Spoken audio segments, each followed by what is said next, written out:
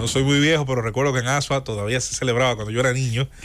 Y recuerdo sí la generación de don Álvaro señala de los huevos, aunque como dice él, después eran trompadas que se tiraban precisamente por las agresiones. En la zona universitaria se hacía eso, De tal verdad cual que como sí. lo describió don Álvaro. Esa voz que usted acaba de escuchar es de nuestro amigo y servidor público a tiempo completo, Pablo Ulloa, defensor del pueblo, y que a su vez ahora, y vamos a hablar de ese tema precisamente, asume en la organización de este tipo de funcionarios en toda América Latina, asume la presidencia de ese organismo del cual vamos a hablar, vamos a explicar su incidencia, su historia, y nos visita en este gobierno de la mañana para, ¿por qué no?, ponernos al día sobre sus realizaciones, sus proyectos, sus metas y algunas preguntas interesantes que han surgido, sobre todo en este pasado mes, sobre algunos temas que tocan específicamente a sus funciones. Pablo, eres amigo, hermano de todos nosotros y tu visita aquí realmente nos hace sentir muy bien. Bienvenido a este gobierno de la mañana. No, gracias a cada uno de ustedes, empezando, claro, está por la dama. Don Álvaro me perdona, pero usted bien sabe que la galantería se tiene que mantener, y Julieta realmente es una ficha clave acá. Don Álvaro Arbelo, tanto a ti, José Luis, que incluso hemos trabajado, Rosendo por igual, y a mi colega y amigo Víctor, que está con nosotros. Manuel. Y a don Bienvenido, que me están haciendo la acotación, que lo iba a decir justamente, pero que me llevan rápido. Es la confianza que me tiene este gobierno en la mañana. Mira, primero darle las gracias formalmente, como lo hice en su momento cuando fui seleccionado por el Congreso. Y al haber pasado 5 meses, yo creo que lo lógico es que venir y decirle a ustedes gracias. Y el hecho de yo estar hoy, antes de irme a una actividad en el interior del país, es la viva demostración de que la Z es la Z. Y para mí, más que un sentido práctico de rendición de cuentas, es realmente un privilegio estar en la cabina de una empresa radiofónica con este calibre y este impacto en la sociedad dominicana. Y le doy las gracias encarecidamente por todas las oportunidades y todo el apoyo que siempre han dado, e incluso la llamada de atención cuando lo han tenido que hacer, porque de eso se trata, ser un servidor público, tener la humildad suficiente para escuchar los consejos de los amigos, y ustedes para mí, todos y todas son amigos. Pablo, vamos a empezar de atrás para adelante. Está bien. Cuéntanos, tú acabas de ser elegido presidente de la Federación Iberoamericana de Ombudsman, o Defensores del Pueblo, como se conoce aquí en el país. Explícanos un poco de qué se trata esta federación y en qué pues va a redundar esa elección tuya para la Defensoría del Pueblo aquí en República Dominicana y en los demás países de Iberoamérica. Mira, Julieta, gracias. Realmente le decía a Rosendo, fuera del aire, lo feliz, porque quienes eligen al presidente de la Federación Iberoamericana de Ombudsman son los mismos defensores del pueblo y procuradores de derechos humanos de 24 países de Iberoamérica. O sea, mis homólogos son los que deciden que por 2 años yo voy a presidir la federación, que en este caso tiene su sede en Madrid. La federación es el máximo órgano que agrupa a todos los defensores del pueblo y procuradores de derechos humanos de la región, como describí anteriormente, y tiene como misión el proteger a los mismos defensores en sus funciones, pero al mismo tiempo fortalecer cada una de las defensorías del pueblo de los países donde existen, en este caso 24. ¿Y cómo? Con buenas prácticas, con formación y al mismo tiempo con un sentido práctico de poder identificar casos que están afectando a toda la región, que nosotros tenemos que ayudarnos, porque no existe una figura en ninguna constitución del mundo que tenga la responsabilidad máxima de los derechos humanos y de la buena administración como el defensor del pueblo. Y si hay algo que se ha girado luego de la pandemia, es que el defensor del pueblo no dejó en latente la parte de los derechos humanos, sino que se ha concentrado en la buena administración pública, y más en una sociedad como la República Dominicana, donde estamos luchando por mejor gasto público, mayor transparencia y combate contra la corrupción. Entonces el defensor del pueblo, como un órgano fiscalizador, tiene sus riesgos, y nosotros los defensores del pueblo a diario vivimos situaciones, y pongo por ejemplo en Guatemala, el defensor ha tenido que mandar fuera a su familia. En El Salvador, por igual, incluso ha vivido atentado su esposa. En el caso de Ecuador, vivió una situación de riesgo su esposa, la esposa de Freddy, de un atentado. Entonces, quizás nosotros, y eso yo aprovecho la Z para poder significarlo por el valor educativo que tiene este medio, no nos damos cuenta lo fortalecida o lo robusta que es nuestra democracia. Y en ese sentido, quizás nosotros no nos damos cuenta de elementos que sí suceden en la región, que a nosotros nos pasan desapercibidos porque vivimos una democracia sólida, gracias a Dios, construida con mucho sacrificio, pero sobre la base de partidos políticos que se han ido perfeccionando en el día a día. ¿Cuál es el nivel de receptividad que tú has encontrado en las instituciones, en la sociedad dominicana, para desempeñar tu función sin que ocurran esas cosas de esos países a los que tú te has referido, por ejemplo? Mira, gracias a la experiencia de estos meses, yo puedo decir que yo he tenido luces y sombras dentro del punto de vista del administrador o del representante de la agencia del Estado. Tengo casos que son sumamente interesantes, como por ejemplo un ministro de Salud Pública con su resolución en cuanto al libre tránsito, que entendió la posición del defensor del pueblo. Tengo un ministro de Educación que entendió la lucha de poder implementar la ley del 2018 y la resolución 2019 de INAVIMA e indexar las pensiones de más de 29.380 maestros de la República Dominicana. Tenemos un caso que justamente es el caso de Correo, que no entendió el rol constitucional y lo que se despachó fue con un acto de alguacil al órgano defensor del pueblo, porque Pablo le quedan 5 años y 7 meses. Ahora, si hay algo que tiene que hacer Pablo al salir de acá es dejar legitimado el defensor del pueblo y de llenarlo de credibilidad para la sociedad dominicana. ¿Cuál fue el proceso en el ISPODON que llevó el defensor del pueblo? El caso fue, nosotros le pedimos la información, porque es importante significar, y más la Z que permite que todo el mundo lo entienda. Nosotros pedimos formalmente la información de los desvinculados y aquellos desvinculados que eran de carrera. Una cosa es el acto administrativo de tomar la decisión, tú como administrador, de desvincular a alguien, de cancelar a alguien, y otra cosa es violentar el principio de la ley de función pública. Y para eso tienes que darme la información para yo validar lo que el ciudadano me está diciendo que es, porque a todas luces nosotros iniciamos el proceso porque son los ciudadanos que vienen donde nosotros. Entonces, para nosotros responderle, tenemos necesariamente que tener la información de la institución, porque ahí se rompería el principio de la neutralidad, que es el artículo 1 de la ley. Entonces, la negativa del funcionario llevó a que nosotros le notificaron mediante acto de alguacil a él, al presidente de su consejo, que es importante significar esta parte, que a veces los funcionarios quieren delegar responsabilidades que le corresponden. El ministro de Obras Públicas es el presidente del consejo del Impostón y se le notificó por arte de alguacil, por igual a la directora de ética gubernamental, la admirada doña Milagro, y la respuesta del director general fue otro acto de alguacil diciendo que al defensor del pueblo no se le tenía que responder porque nada más estaba para someter amparos. Pero antes de hacer eso, se había llamado por encima de una cantidad que ni decirlo, y nosotros lo que hicimos fue proceder en justo derecho. Como nosotros no estamos para eso, pues vamos a demostrarte que sí, y fuimos justamente y sometimos una querella penal, el cual está en la corte ahora mismo. Incluso su abogado yo lo recibí hace 2 semanas, a los fines de buscar algún tipo de solución. ¿Se dieron cuenta que sí podía? Bueno, parece como que sí. Y yo creo que, yo lo decía en mi discurso de la Federación Iberoamericana de Ombudsman, este es el primero y entiendo que el último de los funcionarios del Estado. Hablo del Estado porque no quiero significar única y exclusivamente el Poder Ejecutivo, porque el ánimo del defensor nunca será cargar sobre uno de los poderes, pero el órgano extrapoder es el llamado a ser el contrapeso del poder frente al ciudadano. Pablo, a pesar de que esta institución es una de las novedades que trae la Constitución del 2010, estamos hablando ya casi 11 años de su creación en términos constitucionales, que tardó un poquito más la ley orgánica que le da cuerpo, pero se conoce muy poco, y vamos a ir quizá al punto 1, y es la pregunta: ¿de qué se trata el defensor del pueblo? ¿Qué hace el defensor del pueblo en el marco de nuestra legislación? Y sobre todo, ¿qué está haciendo Pablo Ulloa como defensor del pueblo? Mira, gracias. El objetivo del defensor del pueblo en el diseño de la arquitectura constitucional de la República Dominicana es garantizar la buena administración pública y los derechos fundamentales. ¿Y por qué? Porque el defensor del pueblo, en la experiencia iberoamericana, es una delegación de función del Congreso de la República, específicamente en la función de fiscalización. Y como estamos en la Z y hay que educar, porque don Álvaro nos enseñó a esa parte, quiero significar que el legislador tiene 3 funciones básicas, como todo el mundo sabe: legislar, representar y fiscalizar. Ahora, la función de fiscalización en la República Dominicana se delega en 2 instituciones: Cámara de Cuentas para los registros contables y financieros, y el Defensor del Pueblo para la buena administración pública.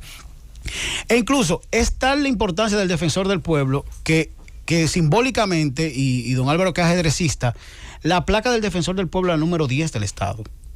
Y tú dirás, ¿por qué? Porque ese es el contrapeso del poder frente al ciudadano. O sea, la administración tiene que entender que el ciudadano, en esa constitución que tú significa del 2010, adquiere el valor más importante al nosotros decir que somos un Estado social y democrático de derecho en el artículo 7 y en el subsiguiente artículo 8. Ahora bien, el defensor en República Dominicana ha hecho un proceso, primero, de reforma organizacional. A mí me tocó un privilegio con doña Zoila de poder, cuando ella fue al Tribunal Constitucional en el 2012, solicitando que se le apoyara, el Pleno del Tribunal Constitucional me delegó a mí la responsabilidad de hacer ese apoyo. Se hizo un organigrama, se le seleccionó los 3 primeros empleados y los primeros manuales de procedimientos yo se lo entregué junto con el acuerdo con el Programa de la Nación Unida del Desarrollo por el tema de que era nuevo. A mí me tocó montar el Tribunal Constitucional por igual, incluso yo despachaba en principio en UNIBE, luego en un localcito en La Bolívar que me manejaba en ambos sitios y sucesivamente todo el mundo sabe el peregrinar que tuvo hasta que gracias a Dios conseguimos la sede. Entonces ahora el proceso es que esa reforma organizacional que te planteaba, que era la que yo había propuesto como una propuesta de valor a la sociedad dominicana, se basa en los 3 componentes que hemos ejercido, y por eso el plan estratégico institucional que lanzamos a los 30 días de estar en la institución, basado en el garantismo, que eso implica una Secretaría General robusta, basada en atención al ciudadano, en investigación, porque el defensor no se puede dar el lujo de decir las cosas por decirlas, tiene que investigar previamente, las notificaciones a la administración, y por último, que no quisiera ejercerlo, pero no niego que lo voy a ejercer cuantas veces lo tenga que ejercer, es la parte del litigio estratégico. Está la parte educativa, que indiscutiblemente la ley nos lleva, y se crearon órganos como el aula del defensor, el defensor delegado, que es para grupos organizados, y ahí yo felicito todo el trabajo que está haciendo con las juntas de vecinos. Está el Instituto de Altos Estudios del Defensor, el Observatorio de Gobernanza y el Centro de Análisis de Opinión Pública y Gobernabilidad. Todo eso nosotros lo estamos ensamblando con la tecnología de la información y la comunicación, porque termina siendo la herramienta costo-beneficio más grande que nosotros tenemos para poder tener mayor incidencia. Y por ejemplo, en el caso de nosotros nos manejamos mucho con la parte de tecnología. Incluso pongo un ejemplo: la situación que se dio aquella vez relacionada con la resolución en cuanto al libre tránsito y la presentación de la vacunación tuvo un impacto de un día a otro de prácticamente 1.4 millones de perfiles en las redes sociales, porque nosotros trabajamos con metadata. El defensor es indiscutiblemente una institución joven, como tú planteas, pero tiene que estar adaptada a una sociedad como la República Dominicana, viendo un contexto, en este caso iberoamericano y mundial. Perdón. Pablo, una pregunta. A mí tú sabes que por un tema ideológico me encanta la idea de los poderes limitados. Creemos mucho en eso, porque el poder que es más fuerte es el que puede contenerse. Sí. Eso pasa en el mundo entero. Pablo, ¿puede hoy por hoy, en el grado de institucionalidad con el que cuenta la República Dominicana, puede la Defensoría del Pueblo llevar ante un tribunal, a una institución o a un encargado de una institución, que cometiendo un abuso y habiendo generado un daño tangible, comprobable a un ciudadano, luego genere a ese ciudadano reparaciones en daños y perjuicios, sabiendo que el Estado dominicano es o ha sido históricamente inembargable? Es una pregunta que te hago porque para mí ese es el salto que nos falta para tener instituciones que se manejen mejor. Tengo después una pregunta para Pablo. Claro. Sí.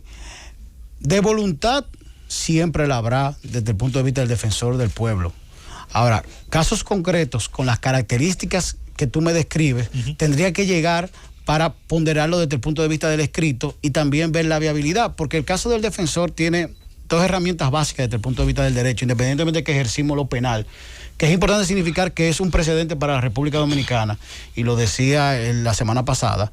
Por primera vez un funcionario del Estado ha sido querellado penalmente bajo el elemento de no entregar la información que se le requería. Entonces, los 2 puntos que nos da la Constitución para poder ejercer nuestras capacidades es el derecho administrativo y el derecho constitucional. Si se diera una situación fortuita, como estamos planteando, con la característica que tú dices, tú puedes estar seguro que el defensor del pueblo va a ejercer su legitimidad y el apego total a la Constitución Dominicana es lo que mueve al defensor. Nada que tenga que ver con lo personal, pero de que lo vamos a hacer, lo haríamos. Don Álvaro, Don Álvaro, sí, honor para mí. Gracias. Pablo, ¿cuál ha sido, ¿verdad? Hasta ahora, aunque eso es redundante, pero bueno, ¿cuál ha sido el principal problema que has enfrentado? Mire, el desconocimiento de los funcionarios de la administración del rol del defensor del pueblo, don Álvaro. Yo creo, y ahí voy a parafrasear un autor dominicano, el defensor es el que lleva el Estado a la legalidad. Y para poder hacer eso, no es sobre la base de los músculos o la robustez, sino sobre la base de la inteligencia. Y nosotros tenemos que aumentar la formación del administrador del Estado para que conozca no solamente la dimensión de su ley y sus responsabilidades, sino qué es el diseño constitucional de la República Dominicana.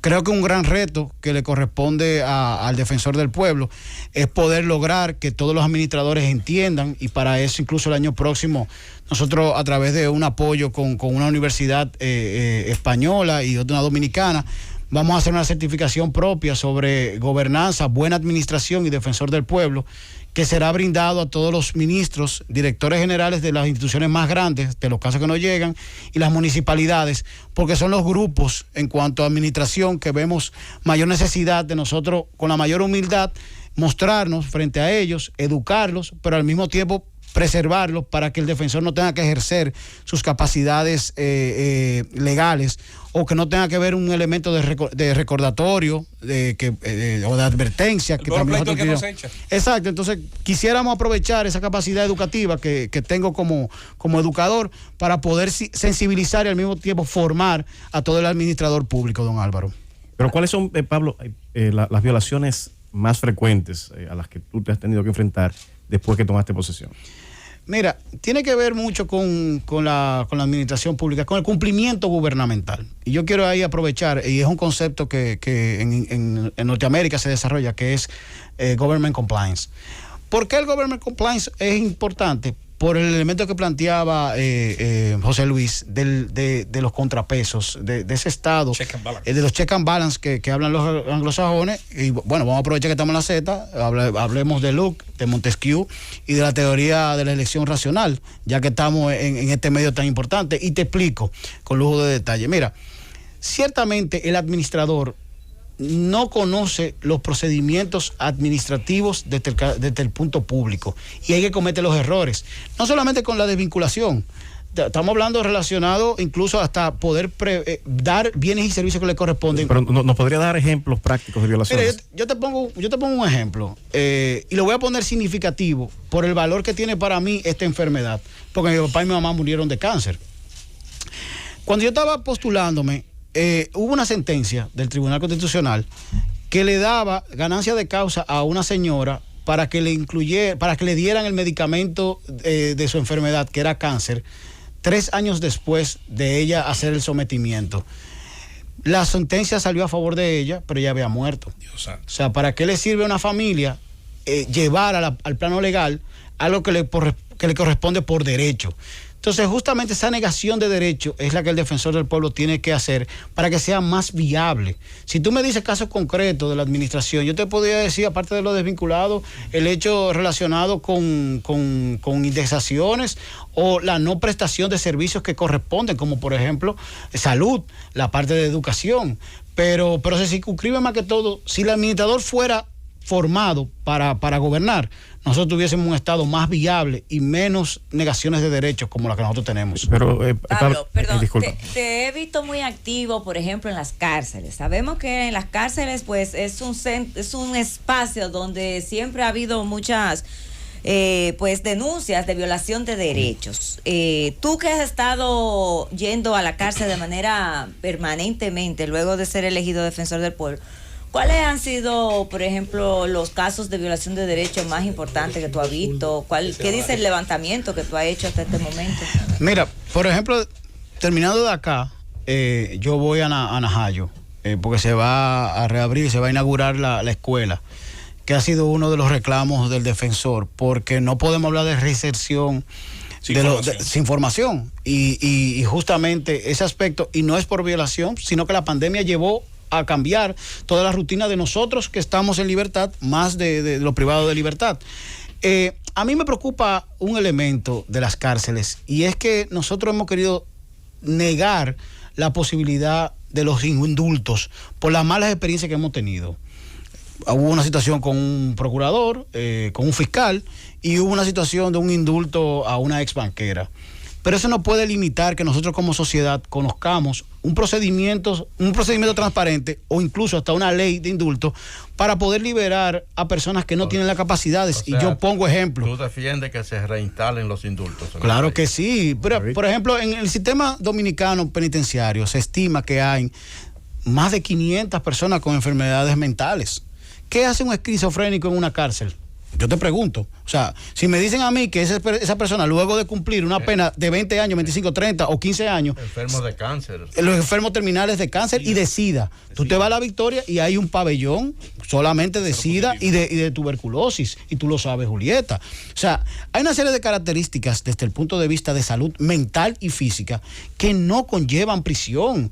Hay un elemento de dignidad humana y de humanidad que nos tiene que llevar como sociedad a decir, ese tipo de casos no merecen, porque incluso ellos corren riesgo su vida, porque desde que un privado de libertad que tenga una enfermedad mental haga un acto indebido y el recluso o el privado de libertad que esté al lado se vea de alguna manera afectado, tú sabes cuál va a ser la decisión.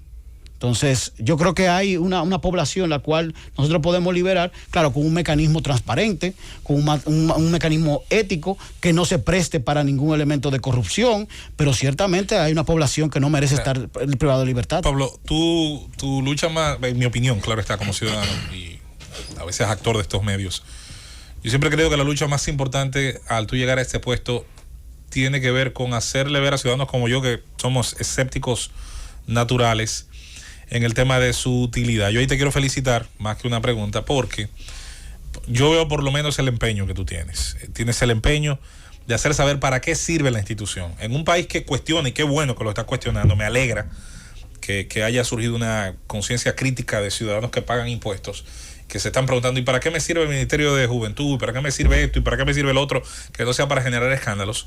Yo te veo haciendo un gran esfuerzo en decirle a la gente, con hechos, con actos, pero también con tu discurso. Yo te pregunto, ¿ha sido suficiente? ¿Tú entiendes que se está haciendo un esfuerzo suficiente en el resto de la institucionalidad en el país para que luego quienes están al frente de las instituciones conozcan sus límites? Porque esa es la otra educación. Yo siempre he dicho que de nada vale la pena llegar a un cargo de director, de ministro, de cualquier... Si usted no lee su ley, ¿cuál es la ley que le manda?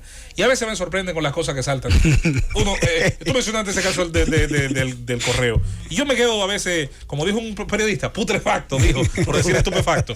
Pero es que no han leído la ley que le da fundamento a su función y a su... ¿En qué vamos en ese sentido? Mira, por eso te decía que el año próximo nosotros iniciamos con una certificación propia, porque de alguna manera nosotros tenemos que garantizar que, mira, a veces ni siquiera la ley, José Luis. Óyeme, hay funcionarios que ni siquiera entienden cuál es la arquitectura constitucional de la República Dominicana. O sea, hay gente que no entienden cuál es la diferencia, o sea, cuál es el rol de la Cámara de Cuentas con la Contraloría. Y te estoy hablando que estamos hablando de directores generales. Incluso, no me atrevo a decir ministro porque no tengo constancia, pero te estoy significando lo que es el proceso ex ante y ex post de toda administración pública. Tiene que ser algo esencial. Entonces, yo creo que nosotros tenemos que abocarnos como sociedad. Se ha hecho un proceso de reforma, indiscutiblemente, pero nosotros tenemos que exigir que quien asuma la cabeza de una institución pública tiene que tener las capacidades formativas y la experiencia de Estado para poder asumir esa responsabilidad. Porque estamos hablando de que con una mala decisión se afectan muchas personas, pero con una buena decisión se benefician muchas. Por ejemplo, lo que te decía del caso del profesor Roberto Furcal. Él entendió un clamor de una ley del 2018, una resolución de INAVIMA del 2019, e indexó, y gracias a esa indexación, 29.380 personas, familias de República Dominicana, que son maestros, que dieron su vida en el magisterio, hoy tienen su pensión indexada. Entonces, fíjate cómo hay decisiones que tienen un impacto positivo enorme, pero hay otras que no. Por ejemplo, yo todos los viernes voy a escuelas y al liceo público. Los sábados voy a canchas y los jueves voy a hospitales. Hace como 3 semanas yo estaba en Don Bosco dando una charla un viernes y la Junta de Vecinos se acercó. La Junta de Vecinos pedía cosas eminentemente prácticas. Gracias a Dios, por ejemplo, yo pude contactar al director de la casa, Fellito Suberví, él la semana próxima posterior fue conmigo viernes, y la semana de arriba fue Hugo Veras de la alcaldía del Distrito Nacional. Entonces, fíjate, te estoy dando 2 ejemplos de 2 funcionarios que sí entienden su rol y hacen la cosa de manera correcta y tienen la sensibilidad suficiente y la humildad para poder significar lo que es su cargo como tal. Pablo, sí, siempre notamos que muchas de las instituciones con muy buena intención son estructuradas y creadas en nuestras normas, pero luego el acceso que tiene el ciudadano común, y sobre todo en una que está llamada a garantizar los derechos fundamentales, porque tenemos a Pablo Ulloa aquí y toda la estructura en Santo Domingo, pero ¿qué ha hecho la Defensoría del Pueblo para facilitar ese acceso en las provincias, en los municipios, al ciudadano común? Y sobre todo, ¿qué tipo de apoyos le brinda en el trámite de algún tipo de denuncia o acción legal? Mira, gracias encarecidamente, porque ahí yo quiero significar uno de los logros. Mira, a los 2 meses nosotros llegar, se hizo un proceso con un proyecto precioso que lo impulsó la USAID y Participación Ciudadana, que se llama Casa de Acceso a la Justicia.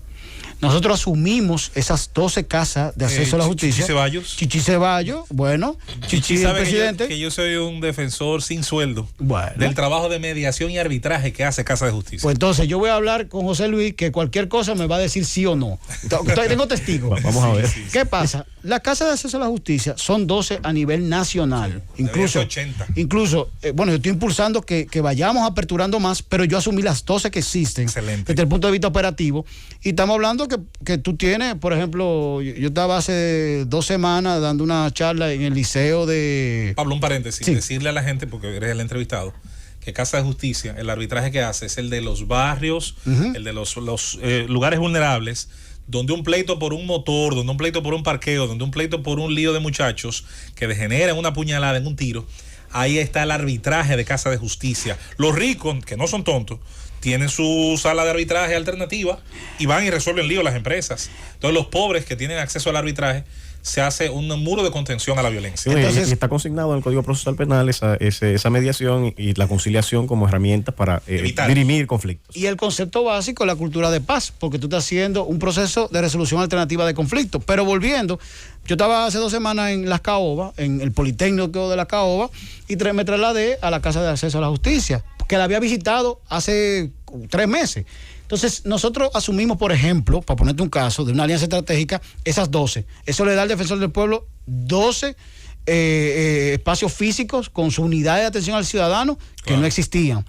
Pero también nosotros firmamos convenios con Progresando con Solidaridad y la parte de Ciuben, que nos da a final de este año capacidad en todos los municipios y todas las provincias de República Dominicana.